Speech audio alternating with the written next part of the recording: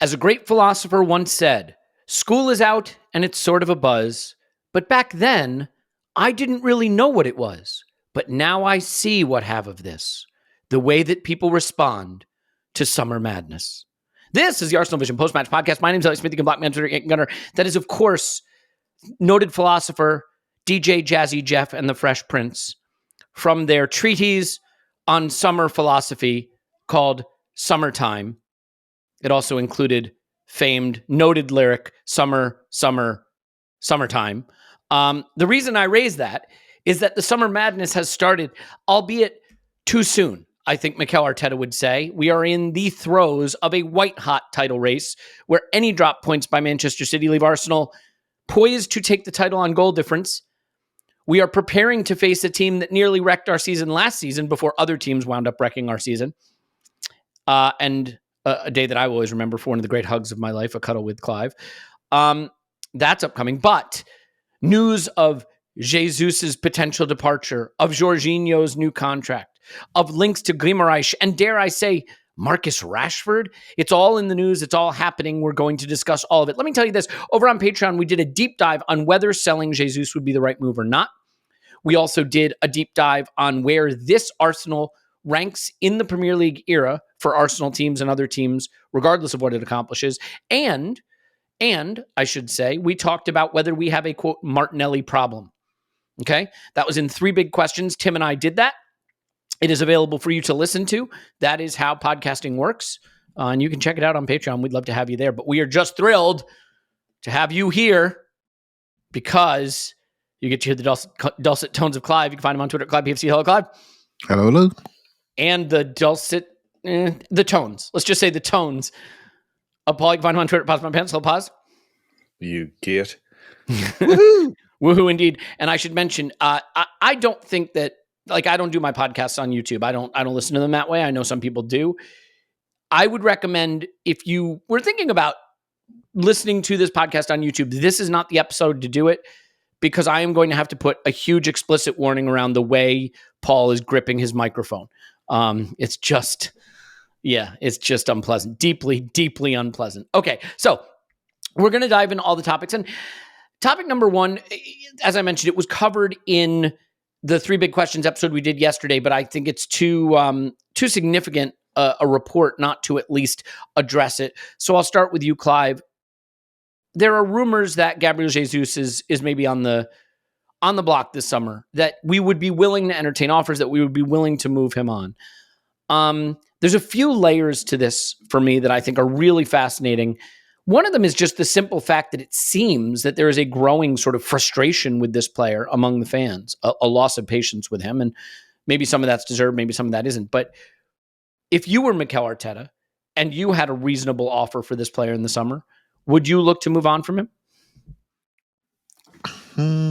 I think if you look at our team, I think, as we've discussed over many months and maybe even a couple of years, we build this team from the back and we're building forward. And Jesus represents maybe the primary offensive signing, so who changed all our lives, right, from a belief structure point of view. However, there was a period when Alex Lacazette was playing really well for us.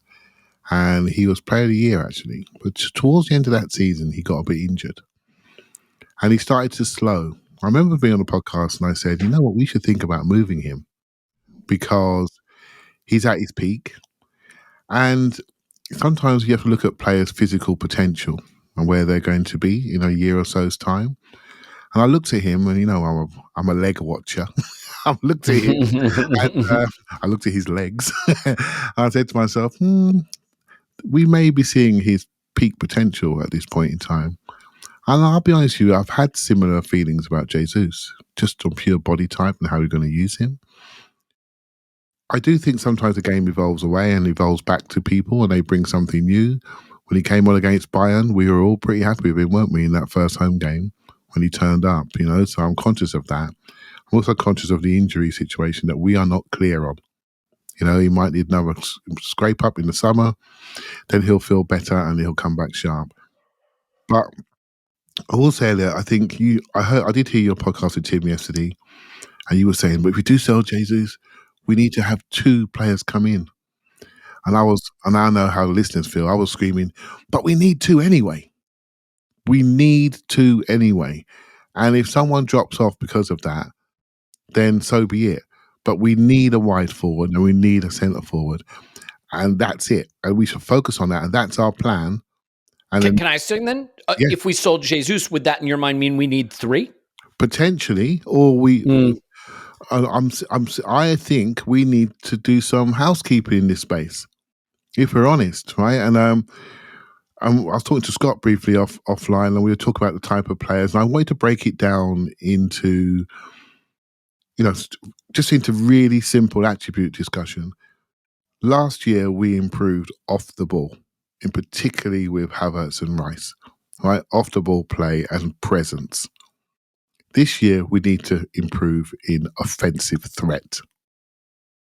So you decide how we do it. We can have that discussion, but we are going to improve in our offensive threat and depth, because we are not going to end up in a situation like we did against Bayern Munich, where they literally they killed our right side with ultra number of defensive players in that space and beat us in the Champions League quarterfinal. So we have to change. Very simple. Very simple.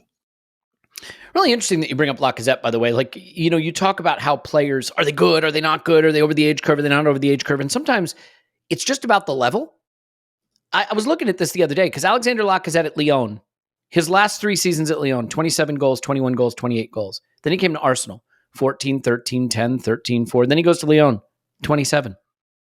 Sometimes the level's just, a little too high and your level goes down. But what I think would be weird about revisiting the Lacazette question, Lacazette, 13 goals in 1,900 minutes, 10 goals in 1,800 minutes, 11 goals and assists in 1,700 minutes. The problem with Lacazette is he was competing for the striker position with Eddie Nketiah.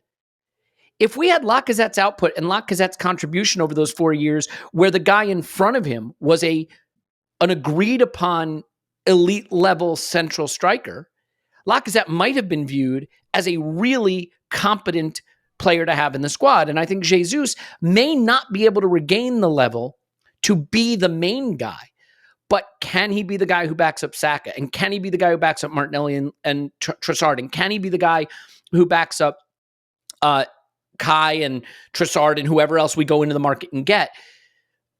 Let's setting the injury thing aside for a minute, right? If he can be a fit Jesus, and realize we were talking about a Lacazette who was turning 30 his second to last season at Arsenal, 31 his final season at Arsenal. In Jesus, we're talking about a guy who just went 27. So if a 27-year-old Jesus can get fit this summer with a clean-up knee op and comes back to Arsenal battling to get minutes on the right, on the left, and through the center, I regard that as valuable, Clive. Yeah, so just to clarify the Lacazette comment, Lacazette ended up walking out for free. Yep. And so I don't want that again. Right? So you have to, if we keep giving away some bad news for you. I think it's going to happen. But. Yeah, if it happens, it maybe happens. Lacazette was not maybe it happened on our terms per se.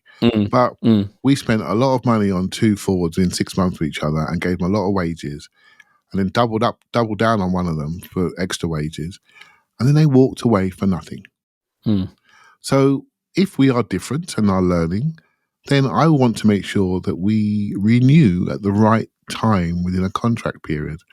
So I'm open to the thought process, Elliot, of removing him, but I'm also very open to the thought process of getting that knee in shape and he becomes a multi-positional forward that we use in any given day, either left, right, or centre. That's also acceptable to my brain. Arsene Wenger said this a long time ago, and I think he's going to be proven right, as he so often is, or has been down the years, when he said more and more players are going to run down their contracts and leave on a free. And I think you're going to see that more and more, because as clubs like United and Chelsea and City and Liverpool and Arsenal sign their sort of star guy and put that guy on 200 or 250 a week, if they are looking for a next contract at 29 years old or 28 years old and they're on 250, unless they are so good that you don't want them to leave, who's going to buy them? Gabriel Jesus is Is he our top earner or right there near our top earner? I mean, Yeah, him and Kai are the top earners. Yeah. yeah. So is someone going to come in with a bid for a currently murky health situation, Gabriel Jesus on $280 a week or whatever the heck it is? I mean, unless it's Madrid or Bayern or Barca, or I mean, there's not a lot of clubs that want to do that. So it'd be very interesting to see. Now, Jesus has come out and said he is happy and he is staying. I have to admit, I bet Mikel Arteta is beside himself with this coming out right now. 3 games to play, squad harmony critical. Everybody's going to play a role. Jesus is probably going to play a critical role in these last 3 games at some point. And now you've got rumors coming out that, he's surplus to requirements. I don't think that's something that Mikel would have liked to be in the news right now. That's not where the focus should be. He shouldn't need one of his main guys in Jesus having to go to the media and say, I'm happy at Arsenal with 3 games to play. But I think the issue really is, Paul, and everybody acknowledges this, the fitness question. And Jesus has come out and said, I may need an op this summer. It may prevent me from playing in the Copa America. I understand that. My goal right now is to get fit for Arsenal. He's clearly playing with some continuing issues. And sometimes I think for players, if I were a player, honestly, when I look at how narrative is formed, I wouldn't play unless I was fit. Because if you play when you're not fit and you're not at your best, all of a sudden you're written off as beyond it or past it. Harry Kane had a pretty down season. I want to say it was the 2019-20 season. And there were think pieces about, has the ankle injury ended his career? His shot totals are down. His output is down. When people are starting to talk about Tottenham need to move on from him, and guess what? As much as it pains me to say it, Harry Kane got fit and continued to be, and continues to be, one of the best strikers in world football at a time when there aren't very many good strikers to begin with. So is the crux of the issue for you the injury, or do you think there's more to it than that Jesus, the player, may be a guy we need to move on from for one reason or another, aside from fitness concerns? It's a strange one, right? I was definitely surprised. Not a rumor. I don't know which upsets me more, the firm gripping of the microphone or the gentle, delicate caressing of the microphone.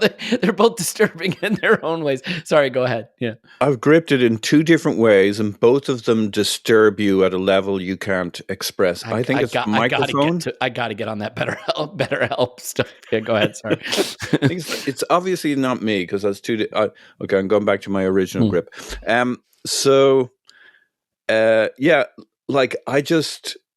I'm a bit floored by the Gabriel Jesus thing. This didn't seem to be the way we were trajectorying our way of working. It seems ruthless was my first feeling about it. And saying we're ruthless it's a fun thing to say. Watching us being ruthless, not as much fun. It's a bit like the Ramsdale thing. We're so ruthless. And then you see what ruthless is. Guess what? Ruthless is kind of ugly. Now, it could come from the player himself seeing the tea leaves and being frustrated. But it seems awful early for Jesus to say, I don't like my future here. And then the other part of it is, even if you decide Havertz is the answer for that kind of role at Arsenal, there's loads for Gabriel Jesus to do.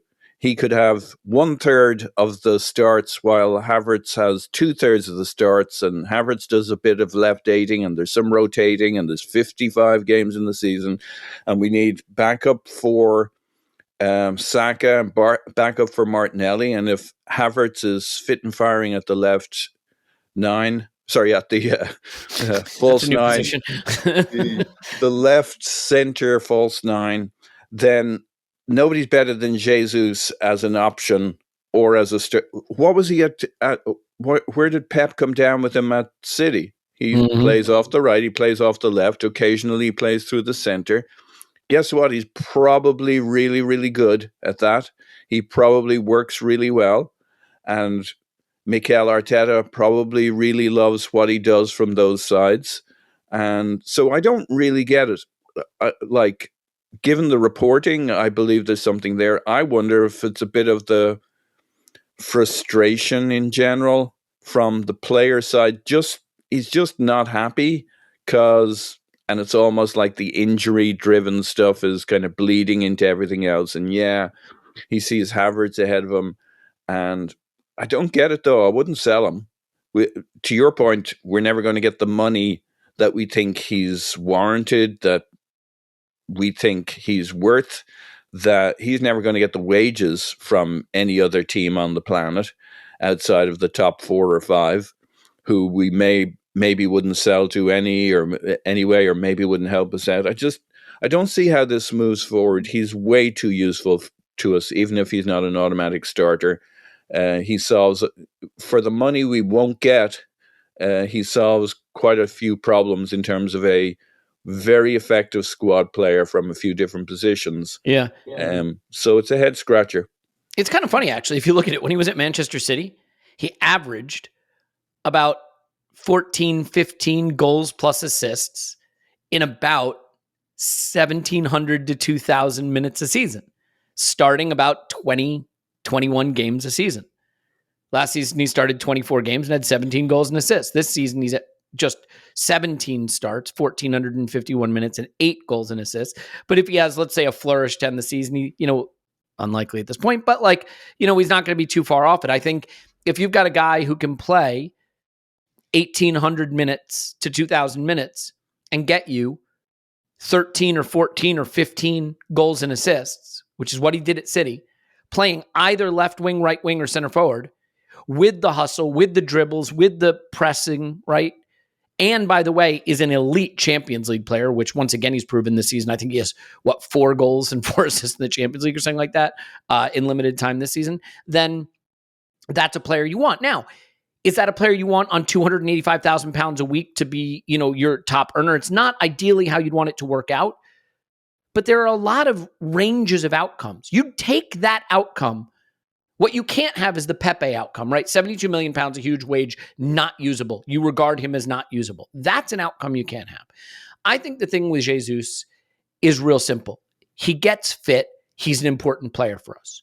Or he doesn't get fit, and I don't see how you sell him if teams don't regard him as fit.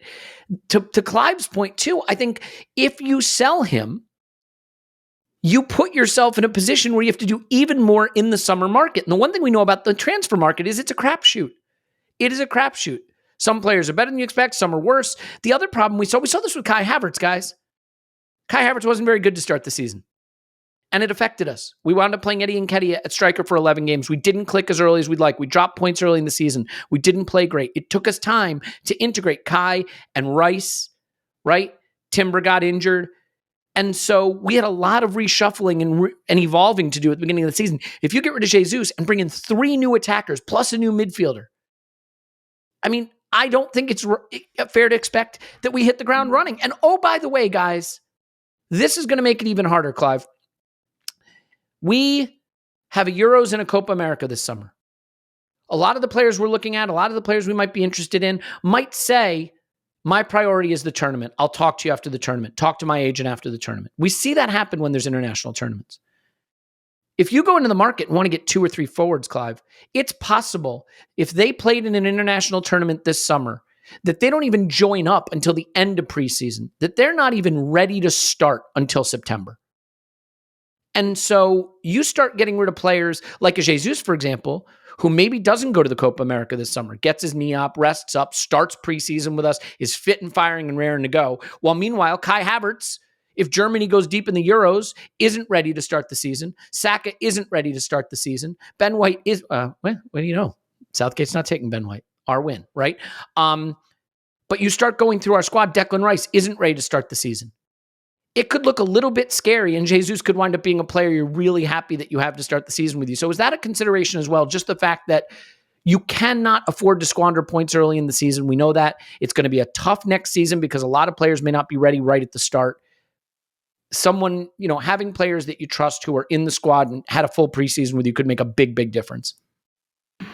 Yeah, you're right. And I did think about this, and obviously with the Euros being in Germany, with our centre forward, he's going to be playing for Germany, and it's going to be a very emotional tournament for the host country, as it always is. And so we're going to see players getting 2 weeks off and back out trotting off to the US, right? And it's and that's just a modern game. So the game's changing me. If Jesus doesn't go, I'm honestly not worried. But I am pleased that we're looking at squad efficiency and we're projecting forward and everything's on the table. And in these days of PSR, whatever you want to call it, you have to think and you have to speak to the market, and you have to signpost.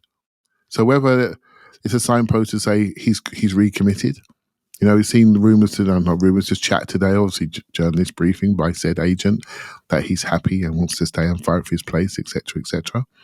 It's all good. It's all good. To me, it tells me a person that 2 years ago I could barely sleep waiting for the announcement video to come out. 2 years later, I'm thinking we can go again here. If we want to win the bigger stuff, that player who is an outstanding player needs to get himself fit, needs to be more available, and needs to contribute more by the last thing that he does. And that's just the nature of the beast. Whether he's here, whether he's somewhere else, that is the game we play at that level. And so, get relaxed with it. I think Paul's point about ruthless is the point. Mate, none of us were talking about Aaron Ramsdale. We were Aaron Ramsdale, sorry. We had a few issues. Well, we weren't feeling this was coming. Now we understand a bit more about the game, how it's played, how he wanted to play it. You know what? I see it now. So who's to know what's going to happen at the top end of this pitch? We have Champions League money in our pocket for the first time in 7 years. We don't know what we're going to spend. I tell you what, though, mate, lads, Eddie has got more players knocking his door down to come to this place. This project looks pretty shiny from the outside. So we can afford to say, you know what, let's see what happens. Just test the market and see what happens. If nothing happens, he's here till 27, 28. We're cool, aren't we? We're cool. Yeah, and Paul, you want to add to that? Yeah, as Clive was talking there, it occurred to me, the players who can get you into top 4 are relatively many. The players that improve you enough to move from second in the table to catch a basically never blinking, never pausing, never tripping Manchester City are very, very few. And the number of players you can have in your squad who aren't the perfect fit for the next step, you've got to move on those that stop you getting the 1-2. For Mikel Arteta, he'll have looked at the Bayern game. He'll look at this season against Man City, how good we've been and how we still are half a step short of where he'd want us to be to guarantee we may beat Man City here, but they've kind of got a bit of the upper hand. And he's thinking, well, what's the difference here? And that difference is tiny. It's a player here and a player there. We have a really good player in Gabriel Jesus, but he's not available all the time. And maybe he's not perfect for that next step. He'd be great for getting into top 4 as that other player. Havertz and the other players, Gabriel Jesus. Sure, you're not going to sell him, but this is this is like near perfection means every name's got to make sense in terms of your squad in your 18. And so the levels are so high that I don't think, like, we can have a go at diagnosing why they would want to do this, but actually it's down to such fine margins. I don't think most of us have the wherewithal to work out why Gabriel Jesus isn't quite enough with his knee situation. I think also, as is often the case, opinions on player ability just shift way too quickly. Sometimes as quickly as whatever the last game is you watched. I mean, I saw Gabriel Jesus drag us through the Nottingham Forest game in January. I saw him come on and make a critical impact against Bayern Munich. I said this on the Patreon pod. I don't want to gaslight people. I'm not going to sit here and pretend Jesus has been as good as he needs to be. He hasn't. Period. End of story. And his whole career, he hasn't been the finisher he needs to be. Period. End of story. But we've seen him be an important player for us, and we know he's playing injured. And I think the argument now is he's been trash, and he just hasn't been trash. Like, that's just not the case. Whether he's as good as we need him to be, he's not. Whether he's as good as his wage indicates he should be, he's not. But like, once you give someone a wage, you can't control that. I think, it's interesting. Look at Gabriel Martinelli coming in for a lot of criticism right now. Understandably, he's having a down season. Last season, he was our leading scorer. Like the opinions change so quickly. And I think sometimes they need to change quickly because football moves fast. You can't wait for a player to come back. Sometimes they don't come back. Look what happened to Aubameyang, right? One day he was Golden Boot winner. The next day he was done. But we're talking about 27-year-olds and 22-year-olds. It's a little different. Clive? Yeah, I just want to say that we don't do well collectively. We don't do well and discussing players that lose a bit of form. Right? Yeah. When they lose form, we go places. So we go places depending on whether we like that player in the first place. Let's be honest. We go places. We go places if we like what that player brings to the group overall. But there was a period this year when Martin Odegaard had about a 6-7 game run where he wasn't doing very well. Then we heard rumours of a hip injury. He missed a couple of moments, and then he came back, right? And so players suffer for this. They suffer for it. Vieira had an injury, played through the injury, and suddenly he's taken out. He's doing well. They took him out because he wasn't doing well. Got sent off. Operation. Then you find out that he is carrying a problem. I'm very loath to conclude on players that we know are doing good things for us. We don't know their body state. I just looked online just now, and they got the preview for the training video. And Gabriel Jesus is front and center of that training video and going past 3 people and chipping the keeper. And so my view is he's a valuable resource to us. If they have an opportunity in the market, mate, they're all available for sale, aren't they? Well, not all, but apart from the core group, they are available for sale. If there's an opportunity in the market, you have to accept it. The players, the good ones will always go before you're ready for them to go. The bad ones, or not so good ones, will hang around a little bit longer. And that's the nature of it, Emi Martinez, they came in for him, Villa. We need to make a sale. Good player, maybe not fit for dressing room. He went, right? Because there was a market for him. Just got to wait and see. Yeah. Well, I think we should probably tie off on the Jesus topic here. I think it's one that will frustrate people because I know there are some people that just think it's so obvious he's not good enough. Like, why are we talking about this? We should move on from him. And admittedly, I still have faith in the player. I can acknowledge that he has not been good enough. I tend to think that a chunk of that is fitness. I also think he is profligate in front of goal. He has been his whole career, and that is a bit of a problem that is going to continue to be an issue. But I think that player, when fit, able to play all 3 positions up front, with the intensity he brings and the understanding of the way Mikel wants to play is very valuable. So we'll just have to see if he can get fit. And if he can't get fit, you can scream, we should move on from him all you want. No one's taking him. My instinct is that Jesus will still be an important player for us, but will never reach a level where someone's willing to pay us a fee for the wage that he's on and that he will run out his contract at Arsenal. That is my instinct. Can I come back on that, Elliot? Because I don't know if I agree with that. The wages he's on are not massive, mate. They're not in Premier League terms per se. And he's what, 280, 275? I mean, yeah, around 250. It doesn't matter. It's over 200. Who pays that? So 4 clubs? Well, in the end, you have to work a deal out, don't you? You work a deal out, and it's called negotiation. The transfer fee will be accordingly based to the wages. You just work it through.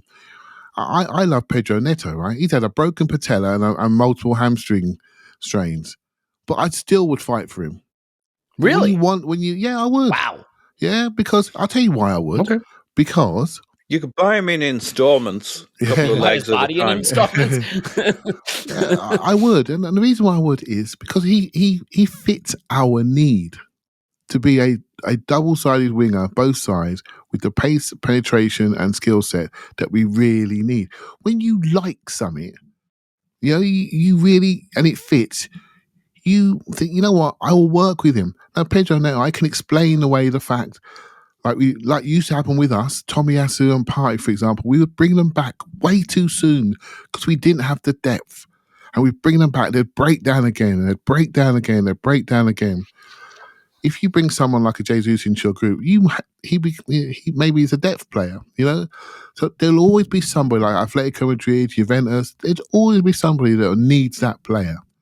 So yeah, that's the way the market works. When when you're walking out of your house or you're moving house, you think, you know what?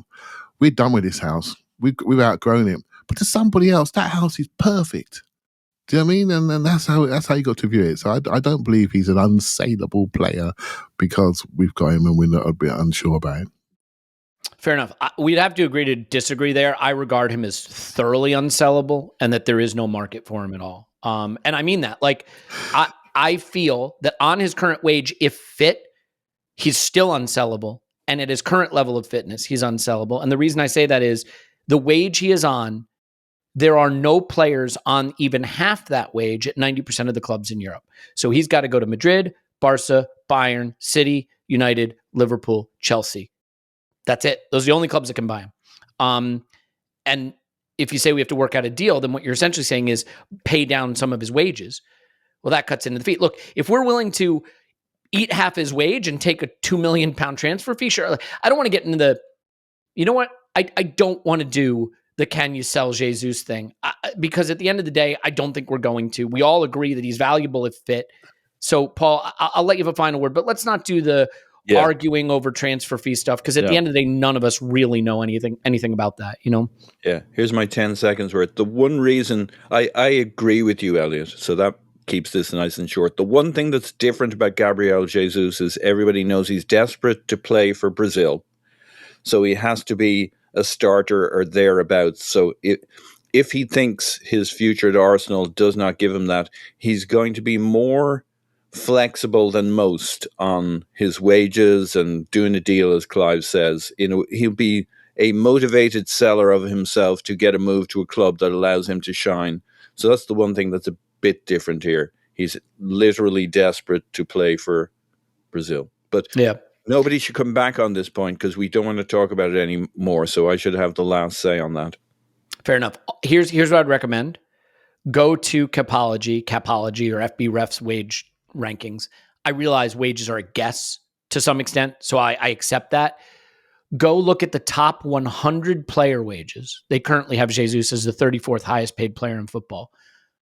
Go look at them, though, and start scrolling and tell me when you see any club that's paying anything like a top 100 wage that isn't one of the ones you regard as a big club. It's eye-opening. It makes you realize how big a chasm there is between the quote big clubs and everybody else. So I don't know, Clive. It seems to me Elliot wants to keep arguing about whether we can. It's a fair point. That is all right. Okay. What I will say is, and this is where we make these statements. We are not experts at transfer negotiations. We don't know how they work.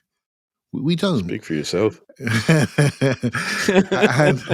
and we don't know the. I listen to this podcast, Clive. I'm skilled. I'm trained.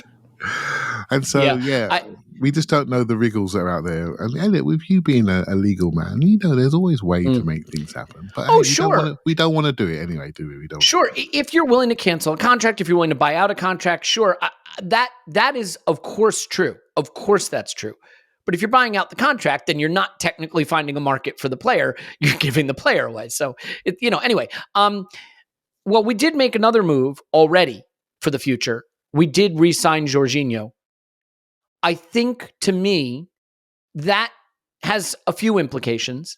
I think it may suggest that there's a move in the offing for a party, for example. I've always felt that one of those two might stay and that it would be Jorginho. Jorginho, Clive, he fits the classic, we like him as a coach in the dressing room, right? Like, he fits that classic. We're not just keeping him around for what he does on the pitch, but what he does off it. The question is, can he do enough on the pitch still for us? I have to admit, I like this move. I think, we kept El Neni around for a long time. He was a player we didn't want to use. I think this is sort of an upgrade on the El Neni model. Liked in the dressing room, a coach on the pitch, but we can use him and use him at a pretty high level. And I don't think his athleticism is such a tool in his tool belt that he's going to drop off too much from what I can see. So do you agree? Do you think it's a good move? And what do you think the ramifications are, if any, for maybe other players moving out? I think it's a no-brainer move, to be honest. Dressing room is so important to the manager, and this guy is in the dressing room. I watched him as he came off the pitch at Spurs, where he didn't play a second. You would never have guessed it. You'd have thought he played 90 minutes and scored a winning goal. He's totally bought in to the group. He's there talking to players. I think he's very, very important with this team. You need different people. I mean, El Neni being kept on, the club said it's a no-brainer, right? Will he be a coach going forward? Will Jorginho be a coach? What better place to learn from than Mikel Arteta and his coaching crew if that's the next phase of his career? He could have gone to Italy, could have gone to Spain. He hasn't signed yet, by the way, but I think he will. He go to Italy, could have gone to Spain. He's got a young family. Why wouldn't he stay here and learn and grow and develop and have a role to play in the group? I think it's a no-brainer decision. Whatever happens, potentially Elneny will be going, but we don't know. He may decide to stay, and his wages were reduced down. We don't know what the contract looks like for Jorginho, what type of contract he is. We don't know the future plans, but I'm glad he's staying around. And Thomas Partey is a guy that's got 1 year to go that could have some market value. If there is no market for him, then the potential that he could stay. But I've always felt he would go with 1 year to go, and that would be the right thing to do. And what went wrong was what I thought he played 33 games this season, and this season he hasn't been able to allow Rice and Havertz to assimilate in a much easier way. And that was for me the intention, and then go in the summer. So it looks like we're going to move on. And by the way, we are ready for another centre midfielder, aren't we? All of us. Someone of prime age, and the identity and the profile of that player. I don't know who it is, but it's going to be exciting, isn't it? Going to be exciting. Is it Bruno Guimaraes? See, mate, I'm an Arsenal man. And as soon as you mention that guy's name, all I see him is flying across and elbowing Jorginho. Punching people in the head. Yeah. And I'm not over that yet, right? To be able to see him in a clear light. I'm not sure I like him, to be honest. And I like all of our players, and how they are and what they transmit. I'm not sure I like him, So I think it's important for Arsenal people to like the players, that's why I am with him. Before he came, I was all right with him, Elliot. I was all right with him at 30 odd million, whatever it was, Newcastle bought him for. I ain't all right with him at 100 million. No, I'm not. So he has a release clause, right? Is it 100 million? It's 100 million, and I think it starts. I want to say July the 1st, but I could be incorrect. I think it's 1 month release clause is what I heard. Yeah. That it's like July 1st to August 1st or June 1st to July 1st, something like that. You have 1 month to trigger it. It's 100 million. Yeah. Well, so I'll say this. Signing Jorginho gives us a backstop of a player that we know we can use, that we don't want to have to use every game, but we know we can use. He's a good leader. He understands what the coach wants to do. He's a coach in the dressing room, all that. It allows you to probably move on from Thomas Partey, who, from an age standpoint and a fitness standpoint, whatever you think of the player, you're getting into really murky territory trying to rely on him at 31, 32 with his fitness track record. So you move on from him and you go get someone, and you could spend big, because by moving on from Partey, you're dropping one of our biggest wages out of the team.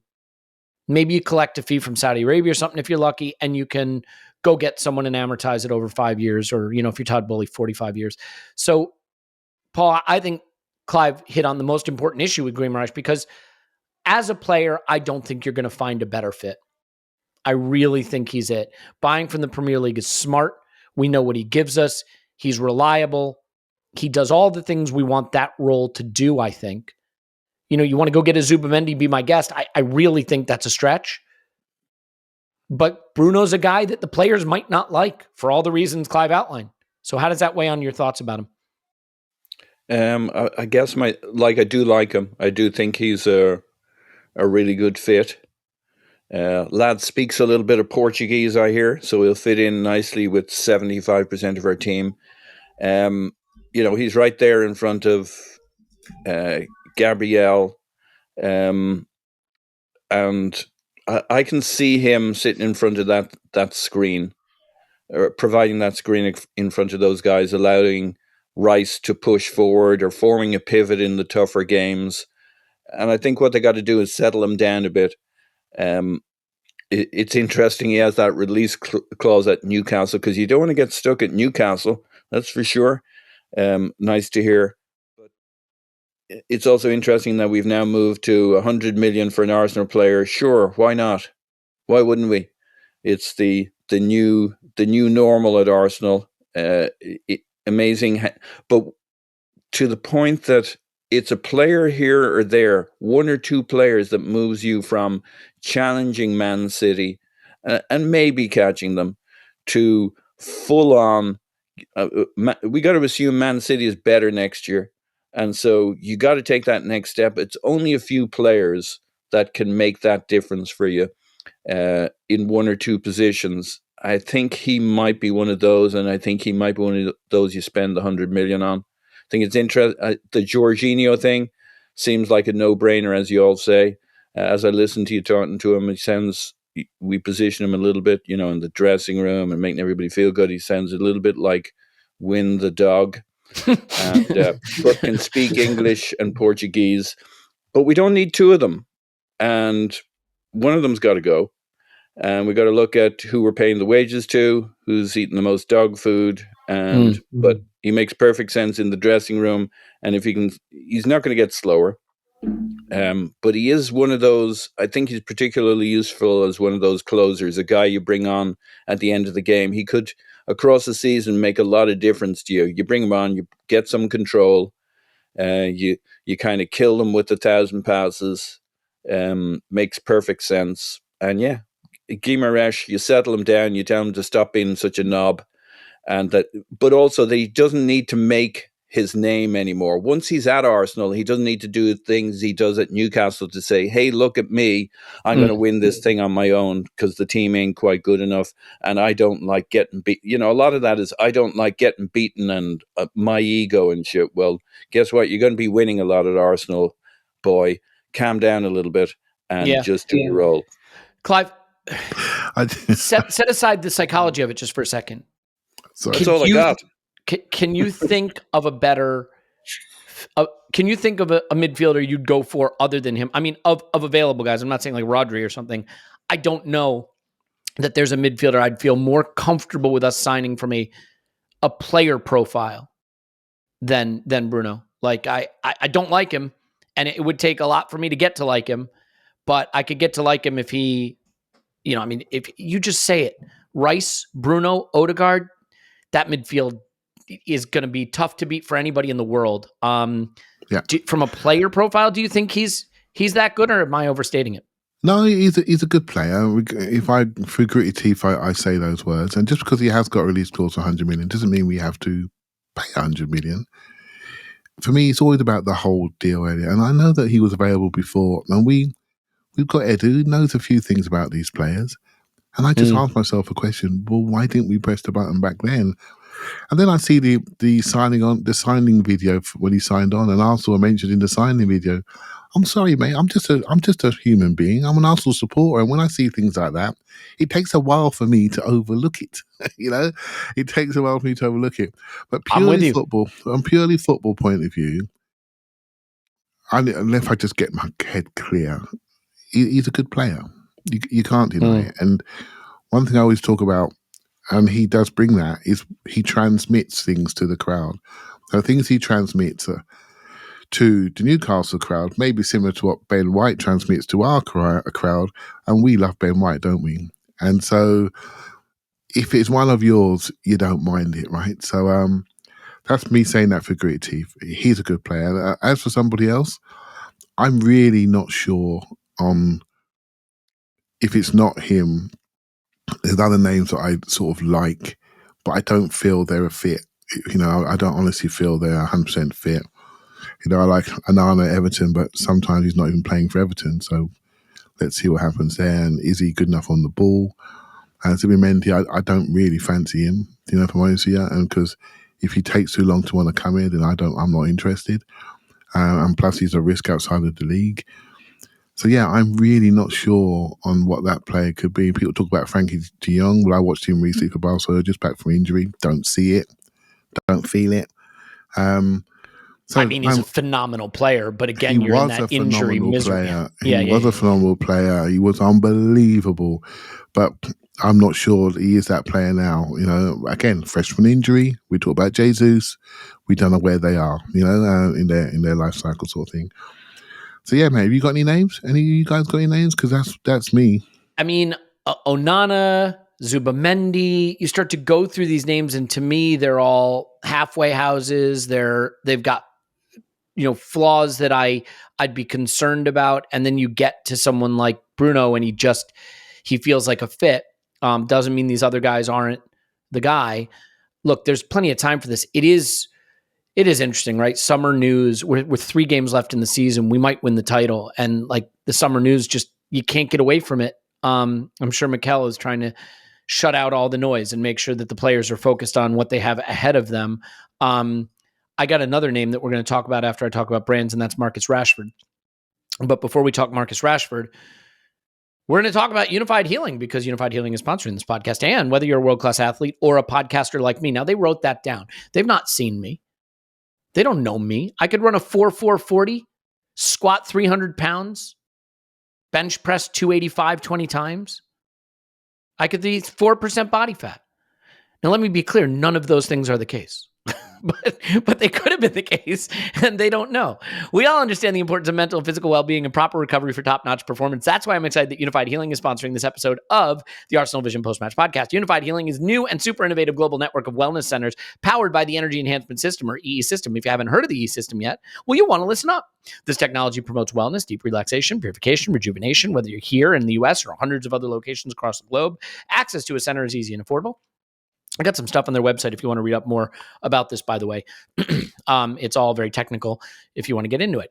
Interested in experiencing the EE System technology for yourself? Go to unifiedhealing.com/ArsenalVision to learn more and find a center near you. That's unified, UNIFYD, healing.com/ArsenalVision. No material or testimonials on the Unified Healing website are intended to be viewed as medical advice or substitute for professional medical advice, diagnosis, or treatment. Always seek the advice of your physician or other qualified healthcare provider with any questions you may have regarding a medical condition or treatment, and before undertaking new healthcare regimen, including the system. Clive, is that enough of that? Indeed. Clive, my friend, how much Marcus Rashford do you want? Do you want all of Marcus Rashford? Some of Marcus Rashford? Is Marcus Rashford any good? I have to admit, this is a player that 18 months ago I thought, This is a special player, and he could go bang. And now, maybe I think it was just a hot streak. I don't know if it's mental. I don't know if he's down tools. I don't know if he plays for himself. I don't know if he's lost the love of football, which, by the way, can happen. He's been through a lot in the media. He's tried to be a good human being and contribute to society, and was slated for it. I think there's a lot going on with this player, and like him as a human being. You talk about different versus Bruno, right? Like a guy you could like very easily, but to me, I'm just going to say this. The Kai Havertz thing is going to break people's brains the way the Mikel Arteta thing broke people's brains. People, listen to me, okay? The fact that Mikel Arteta was shown faith by the club, got through a hard period, and became amazing does not mean your crappy coach is going to become amazing if you show him faith. Just like the fact that we were able to reclaim Kai Havertz means you're going to be able to reclaim every player. Clive, not every player is there to be reclaimed. Is this a reclamation project you want to take on? 2 years ago, I would have been doing a lap of honor around the house. Do you know what I mean? Yep. Because I generally like this player. If you ever just do a YouTube comp of his goals as a reminder of his talent, it's up there, But there's also the final piece of play is what's between the ears, right? And there's obviously some complexity of what's going on at Manchester United, which I don't think we're aware of 100%. And I'm not sure we need to pay top dollar for that.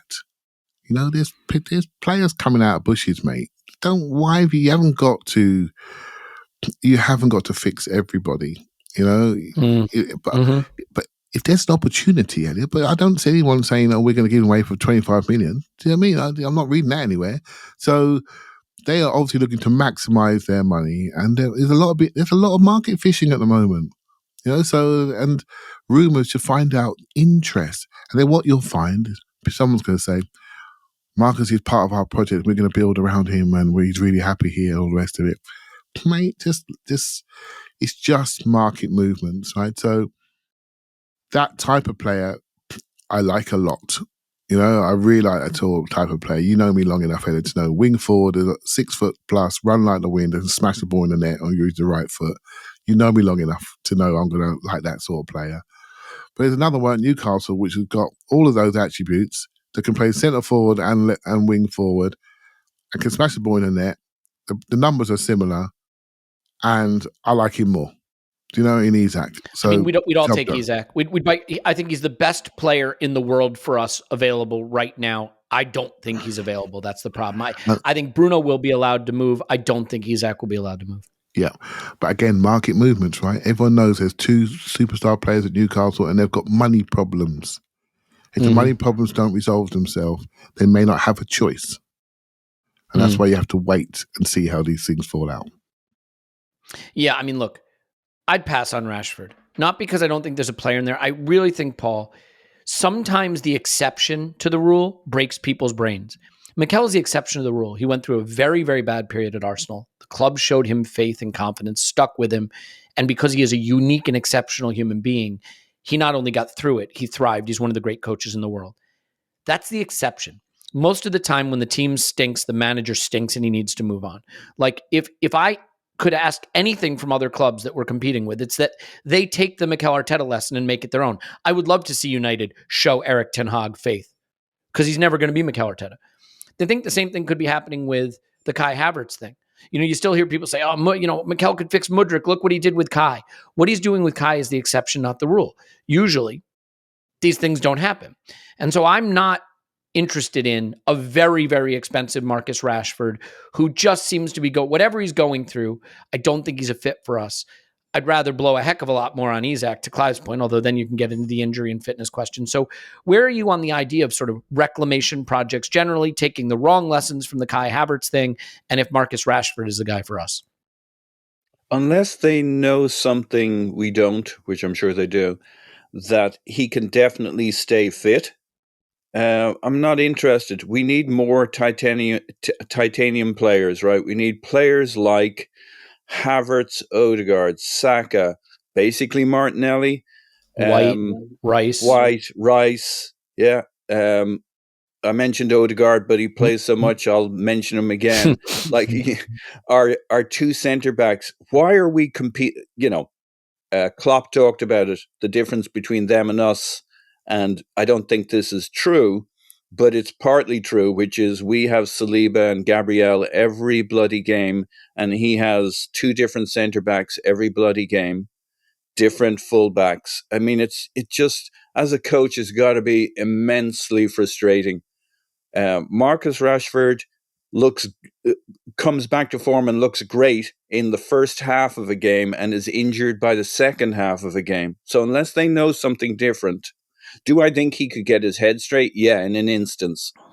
You come into a fully functioning team in which it is not your job to save your club in the second half of a game, or you're not just playing for yourself. I mean, if you're Marcus Rashford, you're playing for yourself because there's nothing about being part of that setup you're enjoying. It's got to be an absolutely miserable environment where you're either held up as the only good player in the squad while everybody's in the dirt, or you're all in the dirt. It's just like an ugly environment. You'd be miserable. And on an island of goodness or injuriness. And I'm not surprised he never looks particularly. I get why he re-signed his contract, but also I don't get it. It probably was the practical, sensible thing to do at that particular time. But he must be just miserable with that whole setup there. Seems like it. He seems like it. Yeah. And he seems like of course he seems like a good lad. I'm sure he'd get his head right. But unless they know something fitness-wise that I don't, which is entirely possible, I just don't see it. Yeah, look, I think forward is an interesting position. It feels like, and maybe this isn't the case, but it feels like there's so many of them out there. so many interesting and exciting names. You know, you don't have to go for Pedro Neto, who's an injury risk. You can go for Nico Williams. You don't have to go for Marcus Rashford. You could try to go for Alexander Isak or you know, Xerxes or Sesko or Gyökeres, right? Like there just seem to be more names. One thing I will say, though, You like guys who come from the Premier League and they I do will too. pay.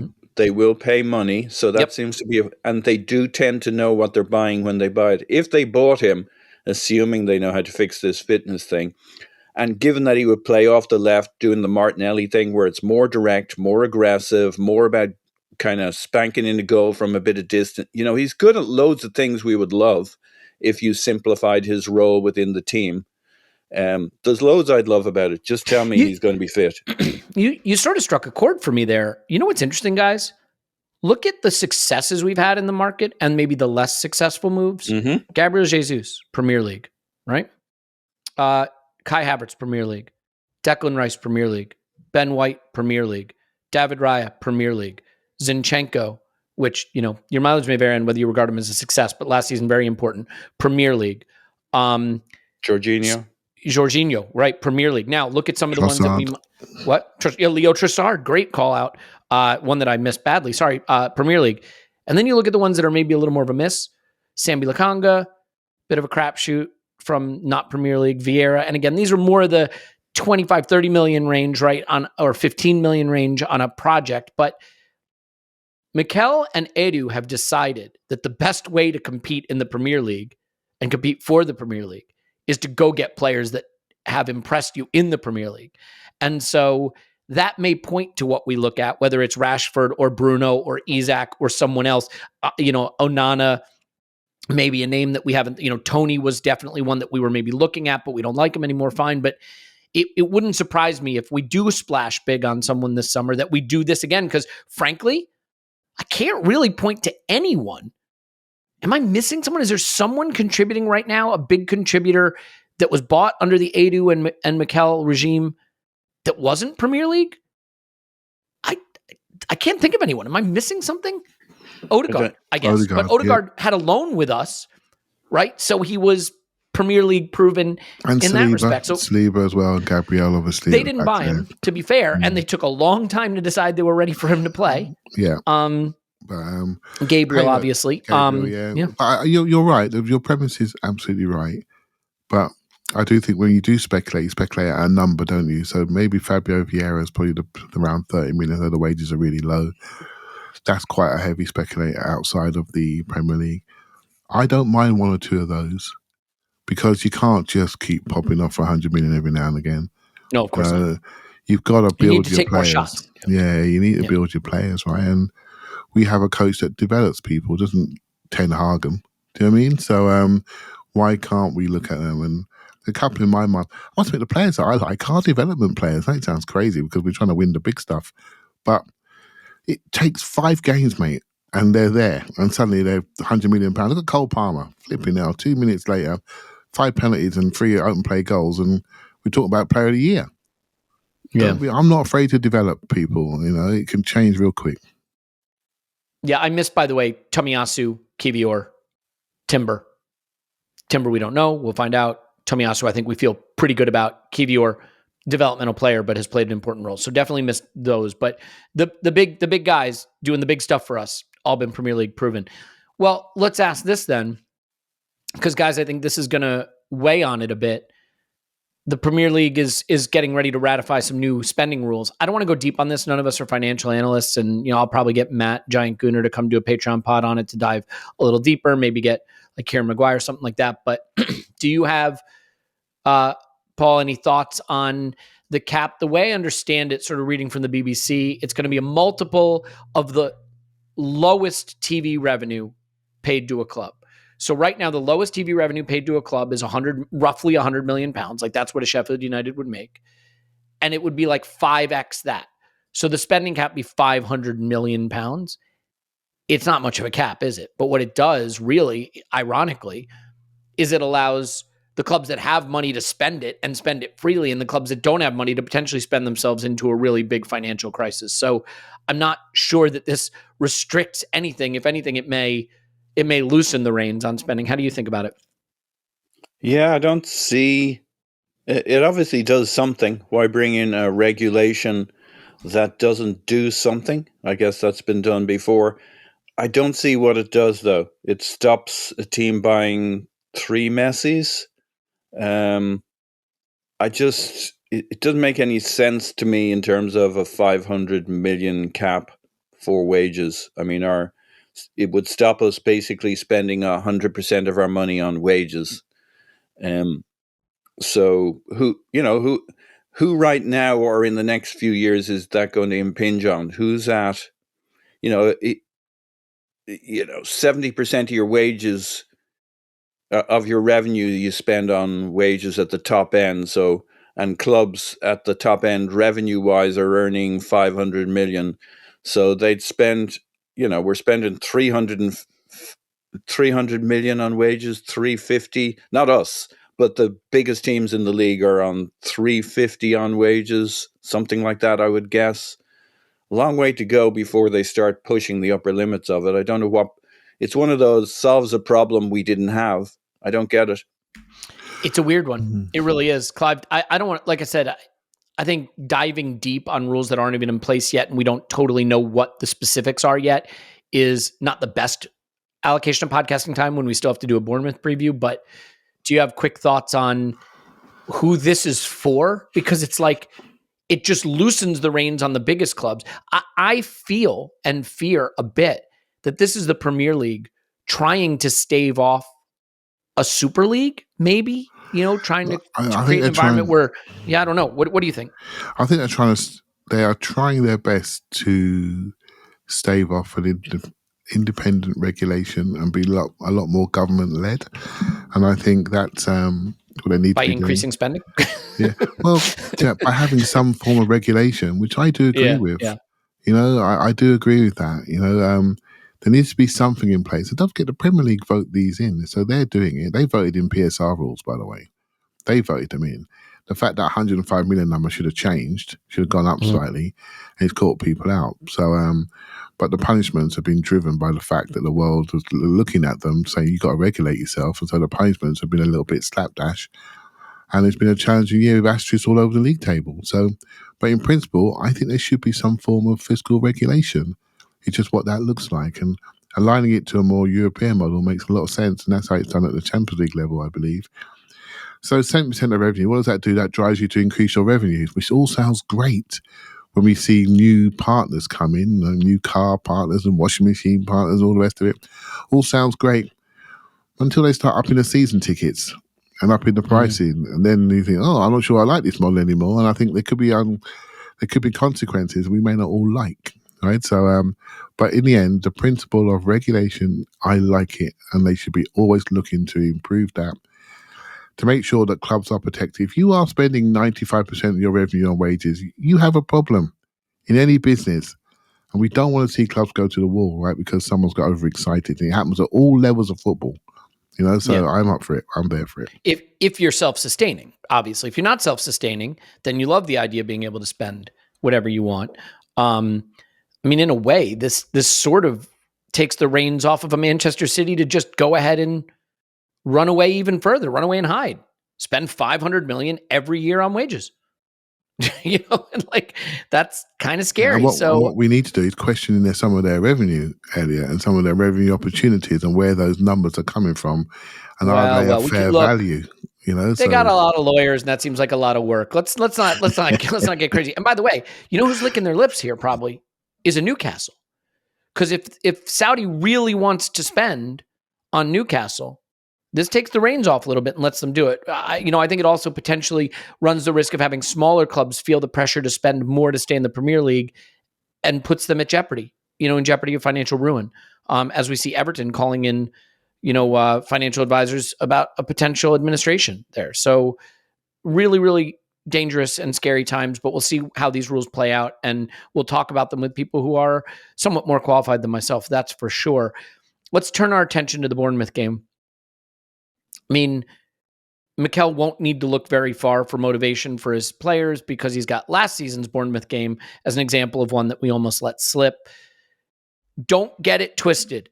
Bournemouth are really good, Iraola has worked some magic there, and we need to be very, very mindful of how good they have been. Since November, they are the 5th best team in the Premier League. They're one of the top 5 pressing teams in the league. They have some dangerous players up front who can hurt us. That's for sure. This game has to be the focus. You could say, oh, it comes between the Derby and Old Trafford. It's a trap game. There's no trap game with 3 games left in the season and title on the line. Your focus is on this game, especially since this game is harder than the United game by an order of magnitude. One thing I just want to touch on quickly, though, Paul, is in the lead up to this game, Ben White is getting a lot of media attention. No, don't be silly. Not for how awesome he's been and what an excellent player he is, but for fiddling with Vicario's gloves and being a general nuisance to goalkeepers. Now, I got to admit, this pisses me off in a major way. The Premier League account is retweeting this stuff. Like, it's going mainstream because they know that you can get clicks off Arsenal fans. But like, I lived through the Almunia period. I watched Bolton and Blackburn and Stoke just manhandle our weak goalkeepers, whether it was Almunia or Ospina. And no one said anything about it other than Arsenal don't like it up them. Arsenal have a glass jaw. And now Ben White dares to stand near a goalkeeper, and we've got think pieces about it. This is a player who should be getting write-ups about being the best right back in England. He's instead getting write-ups about standing near a goalkeeper. And Paul, I know it is so typical to go, the media is out to get us. I don't think they're out to get us. I think they're out to get clicks, and this is how they're doing it. But what do you think about the focus on Ben White on set pieces and the extent to which the first 3 corner kicks we get against Bournemouth, immediately the whistle's going to blow for Ben White being on the pitch? I think it's inevitable. Look, I get it from the standpoint of the Premier League. I agree with everything you say. It's by far the least dangerous thing that's being done to goalkeepers or in the box. You look at the shenanigans that go on every corner kick. The problem is, like, they have a point. He makes everybody and everything look stupid. He makes the rule. It's too effective. He's too, like, I just watched it again last night because I watch it several times a day, and I've been asking Poorly Drawn Arsenal when he's going to do his sketch. Apparently he has that ready, but it's coming out under Ars blog, not us, because Elliot wouldn't pay Poorly Drawn Arsenal enough money to do his sketches for us. Look, I don't even want to pay you, Paul. So it's like, just kidding. We pay everybody. Everybody gets paid. I'll sketch stuff. Usually. I'll do doodles. But why do we want that sketch? Because it's hilarious and it makes football look silly and it made the keeper look silly. And like, we're all talking about it. And it does look, it's kind of one of those, brings the game into a slight area of disrepute. I mean, it's ridiculous compared to what goes on. Like, the criminal decisions you'll see haven't been so many for a few weeks, but across the season there are periods where you're like, what are they allowing to happen? That's dangerous. That's changed the nature of the game. And here it's a guy literally just taps the guy's glove, but in a way with that kind of playful malevolence that puts the goalkeeper off, that has everybody on edge in the box. It's such little things. It's silly, ridiculous, but I did think it was inevitable before we started hearing this reporting that, you know, he was just going to be persona non grata for the next referee, the next game. He's way too much of a talking point for pundits. Like, they'll have a Ben White cam the way things are going on every set piece because he's where the entertainment is, right? He's where the lights are. He's brilliant. It's wonderful, but it's all right. He'll reinvent himself. He'll find a way of putting them, like, this isn't what he did before when he was manhandling the keeper or grabbing his, like, he's always got a new trick, but we love him for that. He'll have a new trick. And look, it adds so much to the game, but I get why they got to do something about that. So you remember at the start of the season, there were the Arteta rules for the coaches, because like it was like, oh, coaches aren't allowed to got to stay in their box, and it was all about the reporting that they brief everybody about it's to fix their Arteta problem. And you just know right now they're going to have this shit going on briefing the media about fixing their Ben White problem. Yeah. So, yeah. I mean, look, this bothers me because it's like, I see things like Richarlison come on the pitch in the derby and just trying to hurt somebody. Running headlong into Gabriel, trying to hurt somebody. I see Cutie Romero trying to hurt somebody. I see, Bruno Guimaraes punching people in the head. You don't hear about it. Ben White is maybe doing some silly stuff, I acknowledge, and maybe you could laugh about it or whatever, that's fine. But like the scrutiny of him standing in the area of the goalkeeper, this is Sunday League stuff. You get a defender between the goalkeeper and the player and you have him push him out, or the goalkeeper has to be stronger. I am sorry, but if this was some lump, some 6'3" Stoke City center back doing this, they'd just say Arsenal have to be stronger. That we heard that for years.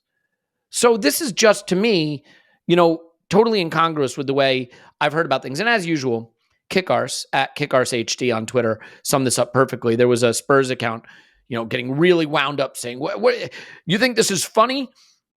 What if it incrementally escalates next time to see where the line is? He unties his shoes. He pulls his shirt over his head. He shoves him. Let's see where the refs land on this. Obviously, totally outrageous. And Kickars said, what if he pulled a handkerchief out of his sleeve and it was never ending? What if he pretended to throw a bucket of water on the keeper and it was actually little pieces of paper? I mean, it just sums it up all too well. So I don't know. If you want to call him a wind-up merchant, be my guest. I think the attention should be on how good he is, but that's my perspective. Clive, any thoughts on this, or can we turn our attention to a proper Bournemouth preview? Yeah, mate. If that's all they got to talk about, we have to get better. And we have done over the season, absorbing these little punches, because in the end, if we focus on what we're doing, sitting top of the league, scored the most goals, conceded the least goals, we're doing all right. If that's all they got, mate, we just move on to Bournemouth and go from there. Yeah, and my only real worry, honestly, aside from like getting outraged at the media, which is not particularly good podcasting or interesting, is that referees start to referee our set pieces differently. We did see it. We went to Porto. We were in Portugal. We watched it. Every single corner kick, Clive. What happened? The whistle blew before the ball even got in the penalty area. Yeah, yeah, that's the thing that does worry me. I mean, we're Arsenal focused, but I've got a subscription to the Athletic. I look around. I don't see many other teams' set pieces being analysed like ours. I don't. So play styles get analysed, but it's not just the Athletic. BBC do a piece on it. Jamie Carragher does a piece on it. Look what they're doing here. Look what they're doing there. But it's done in a way almost to make what we do transparent. Invalidate it. Yeah, the laptop boys at other clubs know what we do anyway, and we're ahead of them. So it's a compliment without giving us a compliment. And where we were when me, you, and Tim were talking early in the week, it's about our details. These are our details. So rather than look how Arsenal, look how they're using every facet of the game to be better, let's talk about that. Let's talk about the fact that other teams may not be so prepared with their details and end up losing big North London derbies because of it. Right? So we just got to focus on what we do, mate. Focus on that. All right, well, let's focus on what we do, Clive. What do we do to beat Bournemouth? Who plays? How do they play? How do we win? Do we win? Please tell me we win. Do we win? Yeah. It's that dreaded 12:30 kickoff on Saturday, man. It's a 6:30 alarm clock for me, which I don't particularly appreciate. You're going to get to see some people, by the way. You get to see the people who won the VIP auction and the VIP the fundraiser thing. That's right. So you get to spend some time with them, which will be exciting. But what do you think about the game? How worried should I be? I feel I should be very worried. Yeah, well, as the game gets closer, the closer and closer Bournemouth are getting to being Brazil 82, right? They're getting better and better by every day. So, and they are good. The numbers, you've already quoted them. They are a good side, and they recently beat Brighton 3-0. But they also recently got beat by Luton 2-1, right? So I've read a couple of things that they are. One of their chief combinations is Tavernier to Solanke from a crossing perspective when they're in charge of games, much like ours is Odegaard to Saka, which we all know. And I've read that they sit a bit deeper, their lines a bit deeper. You can look at their average positions recently, and their lines a bit deeper, and they tend to counter. We've seen it all before. We just need to do our work. They understand how to press when they want to press. They understand what they're doing. That's definitely improved since we played them. So that'll be a challenge to see how we exit. But we've got ways of playing, right? So as we saw at the weekend. So Saturday mornings have grown on me, actually. from a football perspective when we've got no Europe on a Wednesday night. So they've grown on me. So I'm looking forward to it. I'm going to get up there really early and get in that cafe, Little Wonder, have a big fry up and then go for a few drinks early and then go and meet the patrons and then do our stuff. Right, that's my plan for the day. Big Arsenal day. And I think we'll be okay because the prize is too great. The prize is too great to mess up now. I think Old Trafford is over the hill, mate. And no matter what they do, they can turn up. They can turn up with anything. They could turn up with Brian Robson still playing, and they seem to get the points against us. Right? So we just need to really get to that point. I think that's the game I'm really focused on. Yeah, I mean, they're an interesting one. They haven't been as good on their travels as they've been at home. Obviously, that goes without saying. But it's weird because they've got Solanke and he's got 18 goals. I mean, he's really, really good. Defensively, they've been a bit ropey. They're more down in the bottom half of the table for that stuff. Paul, I just think it is a case of focus on what we do, but one thing to be aware of that they do is they press. And I kind of think that what we've seen against Chelsea and Spurs, the teams that have pressed and want to have the ball and want to come at us a bit, they've been able to create chances against us the last two games, but they've been absolutely hammered for doing it. You know what I mean?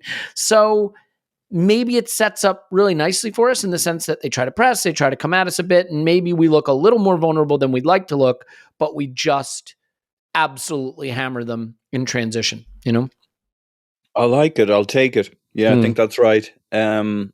It's Hobson's choice for them, really. If they don't press us, they're not going to have much of a game to bring against it. They're just going to sit back and see what we can give them.